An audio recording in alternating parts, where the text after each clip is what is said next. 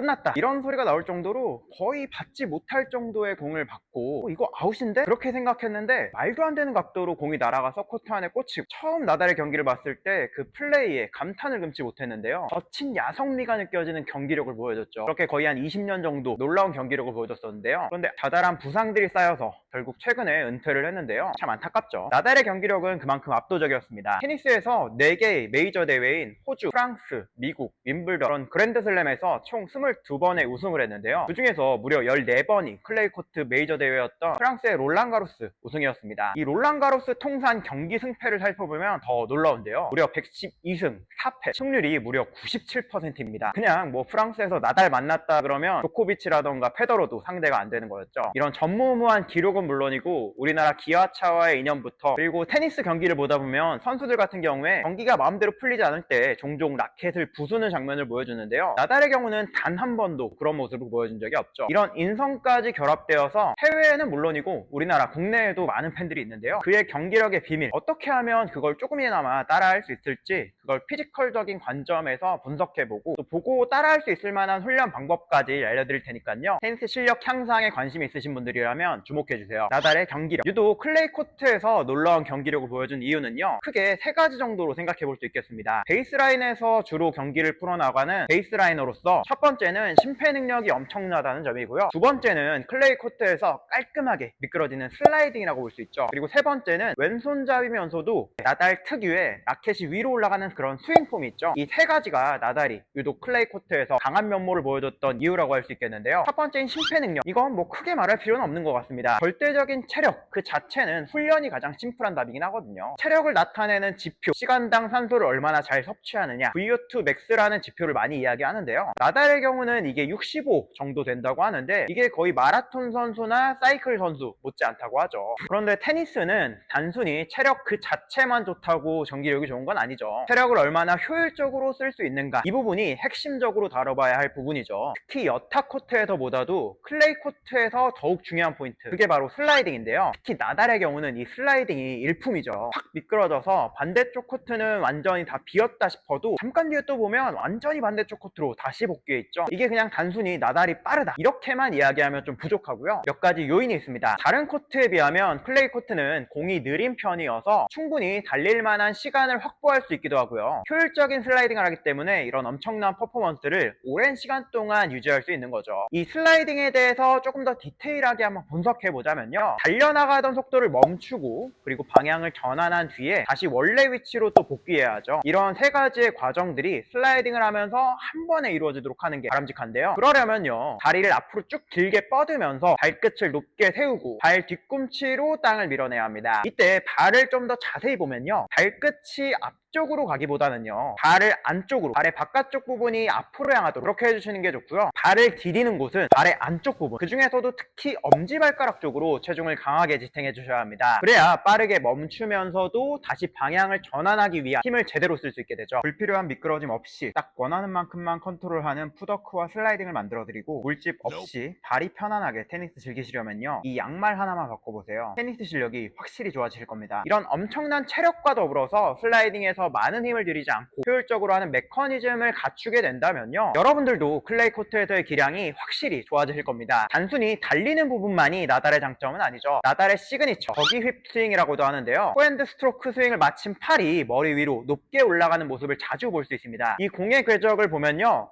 이건 아웃인가? 그런 생각이 드는데 네트를 넘기자마자 뚝 떨어지죠. 빠른 속도로 아래에서 위로 공을 회전시키다 보니까요, 무려 한 3000에서 5000 RPM 정도까지의 회전 속도를 만들어냅니다. 이렇게 회전이 강하게 걸린 공은요, 클레이 코트에서 더욱 강력한데요, 모래랑 마찰이 강하게 일어나면서 공이 다른 코트에 비해서 더 높게 튀게 돼요. 그래서 상대방 입장에서는 이 타점을 잡는 게 굉장히 까다로운 거죠. 이런 강력한 탑스핀샷 어떻게 만들 수 있을까요? 팔이 뒤에서 앞쪽으로 움직이는 것보다 아래쪽에서 위쪽으로 움직이는 폭이 크기 때문에요, 우선 하체에서부터 코어까지 앞쪽으로 강한 힘을 실어줄 수 있어야 합니다. 이곳의 힘이 공을 앞으로 보내는 주요한 힘으로 작용할 거고요. 그 다음은 이제 우리가 흔히 악력이라고 하죠. 주먹을 꽉 쥐는 힘, 라켓을 꽉 쥐는 그런 힘이 필요한 건데요.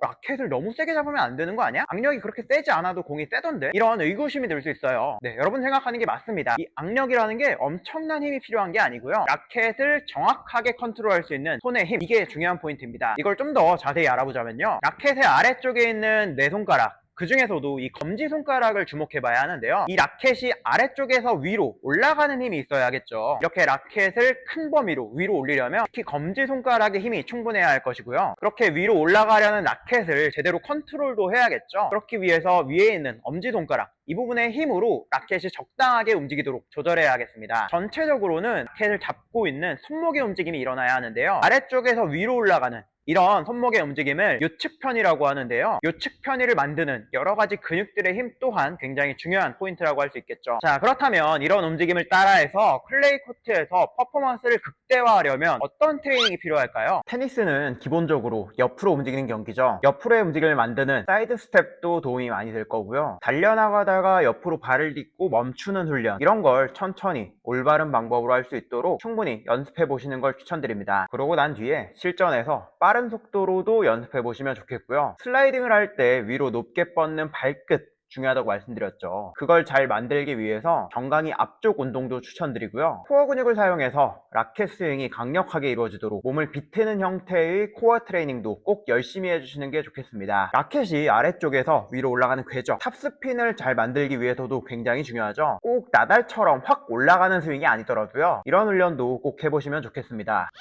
클레이 코트에서 놀라운 성적을 거둔 나달의 비결, 몇 가지 포인트만 피지컬적인 부분에서 간단하게 알아봤는데요. 저야 피지컬에 초점을 많이 맞춰서 말씀드렸지만요, 오늘 말씀드릴 부분들을 아무리 잘 갖춘다 한들, 아니 나달보다 더 잘 갖췄다고 하더라도요, 아마 앞으로도 나달 같은 선수는 나올 수 없지 않을까, 그런 생각을 해봅니다. 씁쓸하고 아쉽기도 하고요. 단순히 피지컬적인 부분만을 넘어서서 엄청난 기간 동안 현역으로 활동하면서 파도 미담만 나오는 이런 인품과 멘탈의 힘이야말로 나달을 진정한 챔피언으로 만든 게 아닐까 싶은데요. 앞으로도 테니스뿐만 아니라 스포츠를 하는데 더 빠르고 강한 몸을 부상 없이 만들도록 하는 유용한 정보들을 알려드리도록 할 테니까요. 오늘 영상 내용 재미있고 유익하셨다면 구독 눌러주시면 감사하겠습니다. 그럼 영상 끝까지 봐주셔서 감사합니다.